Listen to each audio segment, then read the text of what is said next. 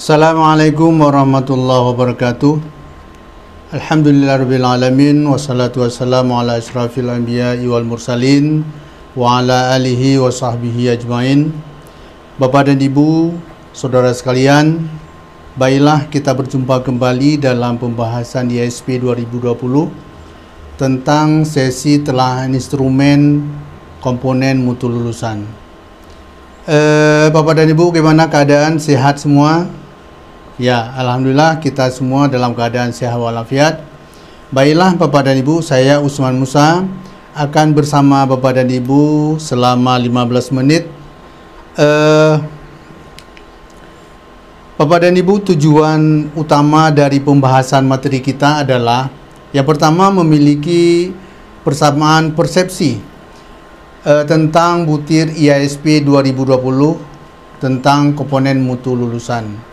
Kemudian yang kedua, tujuannya adalah memahami cara menggali data melalui wawancara, observasi, telaah dokumen, dan angket pada komponen mutu lulusan.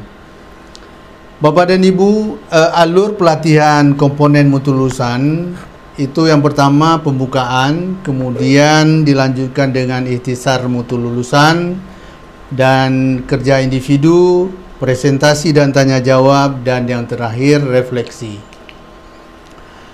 Bapak dan Ibu, masih ingatkah Bapak dan Ibu asesor ada berapa butir kira-kira IASP di komponen mutu lulusan? Ya, Pak Yusnedi, berapa kira-kira butir IASP pada komponen mutu lulusan? Ya, kami yakin Bapak dan Ibu sudah tahu semua karena Bapak dan Ibu adalah asesor semua. Kemudian tentang apa saja dan bagaimana teknik menggali data. Nah, ini juga tentunya Bapak dan Ibu sudah tahu, namun demikian kita perlu mengkaji lebih dalam lagi. Bapak dan Ibu, komponen mutu lulusan itu yang pertama ada 11 butir inti. Ada 1 butir ada 3 butir kekhususan yang terdiri dari LB 1 butir dan SMK 2 butir. Yang pertama, butir pertama pengembangan karakter siswa, itu butir inti ada 4. Kemudian yang kedua kompetensi siswa ada 6 butir inti, 1 butir khusus, dan 1 butir ada 2 butir khusus, 1 untuk LB, 1 untuk MK. Kemudian yang ketiga, butir yang ketiga yaitu kepuasan pemangku kepentingan. Itu ada 1 butir inti dan 1 butir kekhususan. Bapak Ibu, selanjutnya subkomponen pengembangan karakter siswa itu mempunyai indikatornya menunjukkan perilaku disiplin terhadap tata tertib sekolah madrasah dalam berbagai situasi. Bagaimana teknik penggalian datanya? Yang pertama dilakukan secara observasi, kemudian telaah dokumen, dan wawancara.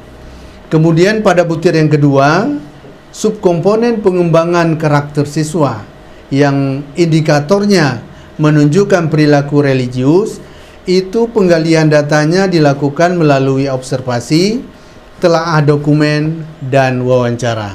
Kemudian pada butir yang ketiga, subkomponen pengembangan karakter siswa indikatornya menunjukkan perilaku kerja keras, tangguh, dan bertanggung jawab. Observasi, penggalian data dilakukan secara observasi, kemudian telaah dokumen, dan wawancara. Kemudian pada butir yang keempat, subkomponen pengembangan karakter siswa indikatornya mencegah perundingan atau bully. Itu penggalian data dilakukan dengan cara telaah dokumen, wawancara, dan angket, sementara observasi tidak ada. Bapak dan Ibu, selanjutnya pada butir 5, subkomponen kompetensi siswa indikatornya memiliki keterampilan abad ke-21 pada aspek berkomunikasi. Penggalian data dilakukan dengan cara observasi, telaah dokumen, dan wawancara. Kemudian butir yang ke-6, subkomponen kompetensi siswa indikatornya memiliki keterampilan abad ke-21 pada aspek kolaborasi, ya, bekerja sama. Penggalian data dilakukan secara observasi, telaah dokumen, dan wawancara. Kemudian yang butir nomor 8, subkomponen kompetensi siswa yang indikatornya memiliki keterampilan abad ke-21 pada aspek kreativitas dan inovasi. Penggalian data dilakukan secara observasi, telaah dokumen, dan wawancara. Kemudian Bapak dan Ibu, pada butir nomor 9, subkomponen kompetensi siswa, indikatornya menunjukkan ekspresi diri dan berkreasi dalam kegiatan pengembangan minat dan bakat. Penggalian data dilakukan melalui observasi, telaah dokumen, dan wawancara. Sementara pada butir nomor 10, Bapak dan Ibu, subkomponen kompetensi siswa, indikatornya menunjukkan peningkatan prestasi akademik. Itu penggalian data dilakukan secara data, telaah dokumen, dan wawancara. Tidak dilakukan observasi dan angket. Kemudian yang ke-11, butir 11, subkomponen kepuasan pemangku kepentingan, indikator memuaskan pemangku kepentingan. Penggalian data dilakukan melalui telaah dokumen dan wawancara.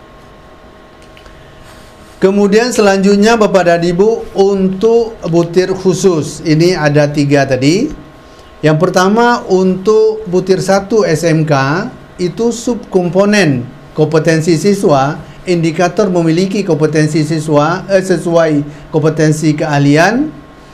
Itu penggalian data dilakukan secara telaah dokumen dan wawancara.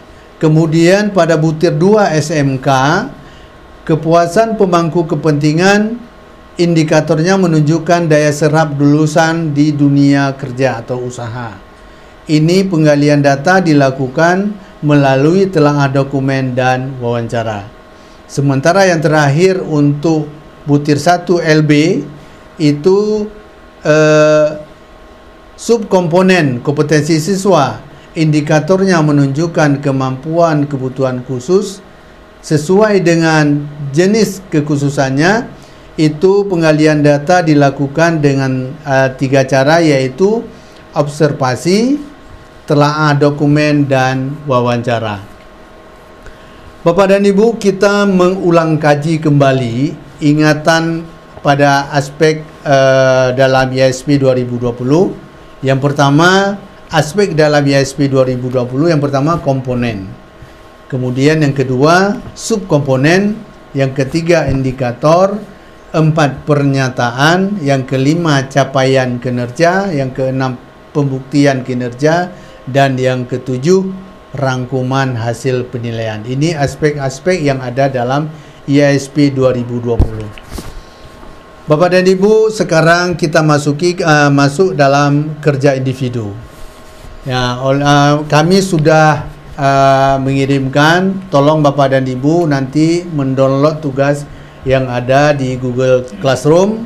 Kemudian coba baca kasus dan analisis jawabannya.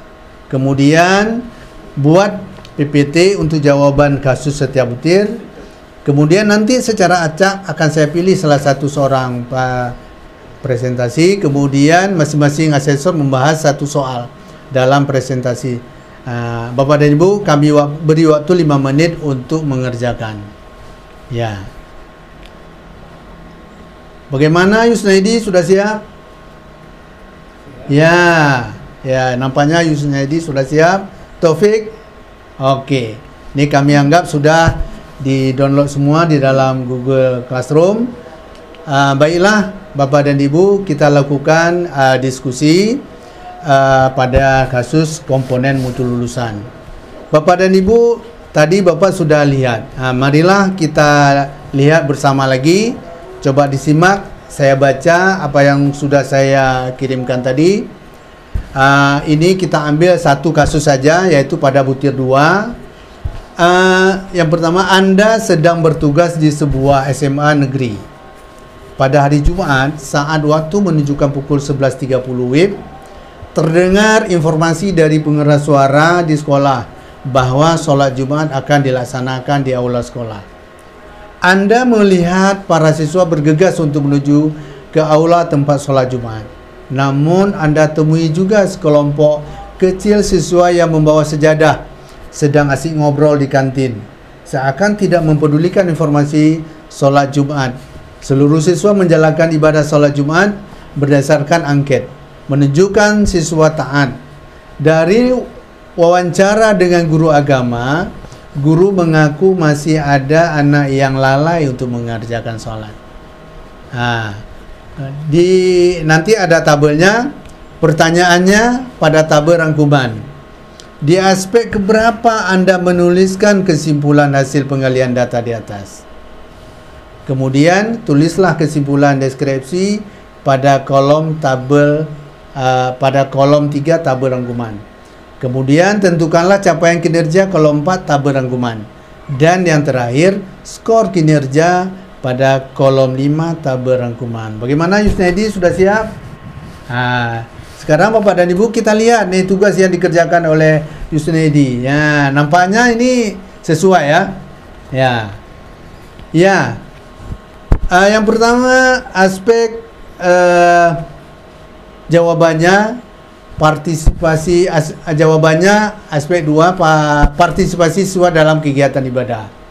Kemudian kesimpulan, sebagian besar siswa sudah terbiasa melaksanakan salat Jumat dengan kesadaran sendiri. Skor kinerja itu 3.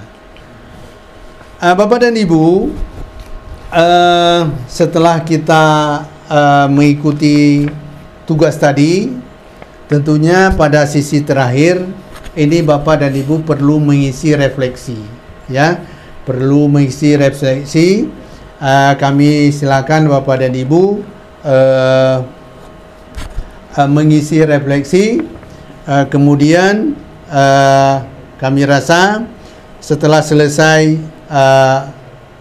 pengisian refleksi, maka selesailah pembahasan tentang kompetensi mutu lulusan yang telah kita bahas dalam pertemuan ini. Mudah-mudahan kita akan berjumpa kembali nanti pada sesi yang lain, insyaallah, kalau diberi waktu sehat dan panjang umur oleh Allah Subhanahu wa taala. Demikian Bapak dan Ibu pertemuan kita, lebih dan kurang kami mohon maaf. Billahi taufiq wal hidayah. Wassalamualaikum warahmatullahi wabarakatuh.